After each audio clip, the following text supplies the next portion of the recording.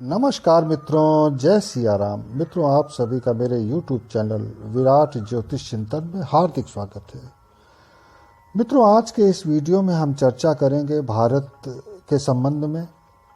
मेरे एक ज्योतिषी मित्र हैं श्री सीजी तिवारी, हमारे ज्योतिष विद्या में सहपाठी रहे हैं। हम दोनों ने एक ही संस्था में एक ही साथ पढ़ाई की थी। आज मैंने उनसे भारत के संबंध में उनके विचार जानने चाहे और इस वीडियो में मैंने उनके उन्हीं विचारों को प्रस्तुत किया है जो आज हम लोगों की मोबाइल पर हुई संक्षिप्त वार्ता के उपरांत प्रकट हुए। मित्रों, अभी कुछ ही दिन पहले मैंने आपको बताया था कि 11 मई से ज्योतिषीय दृष्टि से ग्रहों की व्यवस्था में कुछ अहम परिवर्तन हुए हैं। शनि 11 मई से, शुक्र 13 मई से और गुरु आज 14 मई से अपनी चाल बदल चुके हैं, यानी वक्री हो चुके हैं।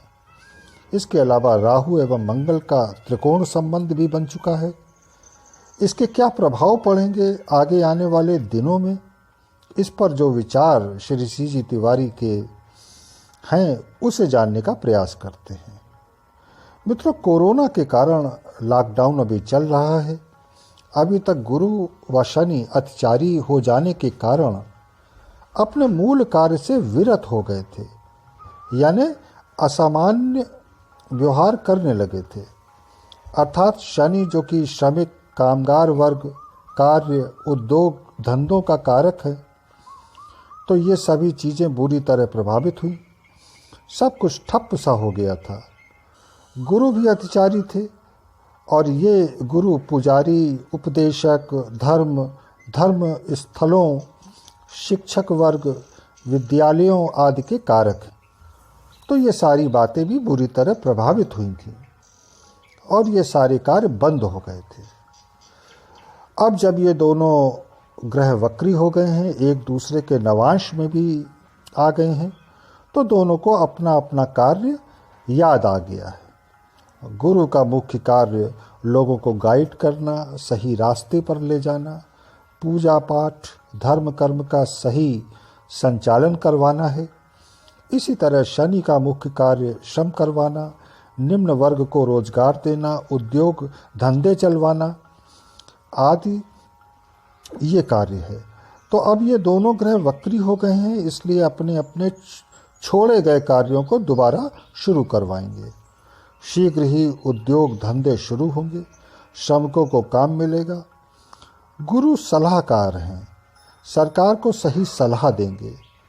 जब जून के अंत में ये धनु राशि में आ जाएंगे तो मंदिरों में पूजा पाठ, स्कूलों में पढ़ाई आदि के कार्य पुनः शुरू हो जाएंगे।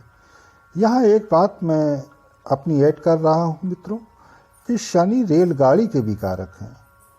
शनि ने चाल बदली और कुछ रेलगाड़ियां शुरू कर दी गईं। श्रमिकों व उद्योग धंधों के लिए सरकार ने अभी हाल ही में 1-2 दिन पहले ही भारी भरकम पैकेज की भी घोषणा की है। अब जबकि गुरु भी आज से वक्री हुए हैं, तो उनके जो कार्य हैं उसमें भी सक्रियता बढ़ेगी। मित्रों, सूर्य भी अब वृषभ राशि में आ चुके हैं आज से।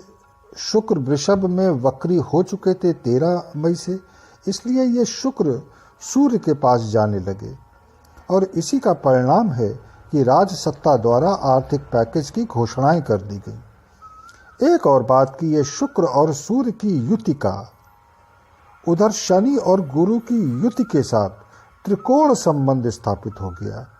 इसलिए अब श्रमिक वर्ग, छोटे बड़े उद्योगपतियों, अभिजात वर्ग, मध्यम वर्ग सभी के हितों की रक्षा होगी, राज सहायता प्राप्त होगी। मित्रों, अब गोचर में राहु मंगल का जो त्रिकोण संबंध बना है उस पर बात करते हैं। इस पर श्री तिवारी जी का विचार है कि यह राहु मंगल का त्रिकोण संबंध सेना व उग्रवादी तत्वों, पुलिस व समाज विरोधी तत्वों के बीच संघर्ष की तरफ संकेत करता है। शीघ्र ही जब राहु मंगल एक ही नवांश में होंगे तो इसकी प्रबलता और बढ़ जाएगी।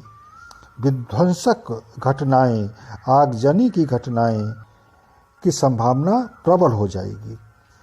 अगर भारत की कुंडली से देखें तो ये घटना मिथुन राशि में अर्थात भारत के कुटुंब भाव में हो रही है। मंगल दशम भाव में यानी राज भाव में दिग्बली हैं। सूर्य अर्थात राजा का मंगल पर केंद्रीय प्रभाव है।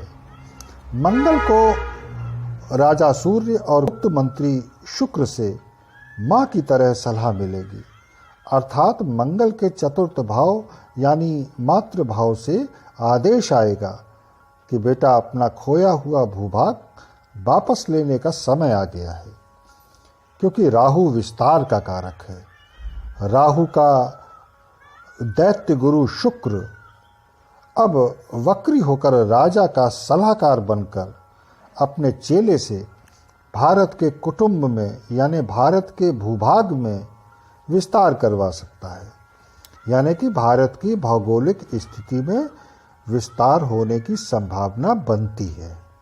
हमारे दर्शक, हमारे चैनल के श्रोता ये समझ गए होंगे कि संकेत किस तरफ है। तो मित्रों, इसी चर्चा के साथ अब मैं अपनी वाणी को विराम दूंगा। मिलेंगे अगले वीडियो में फिर किसी नए विषय के साथ। तब तक जय सिया राम, नमस्कार।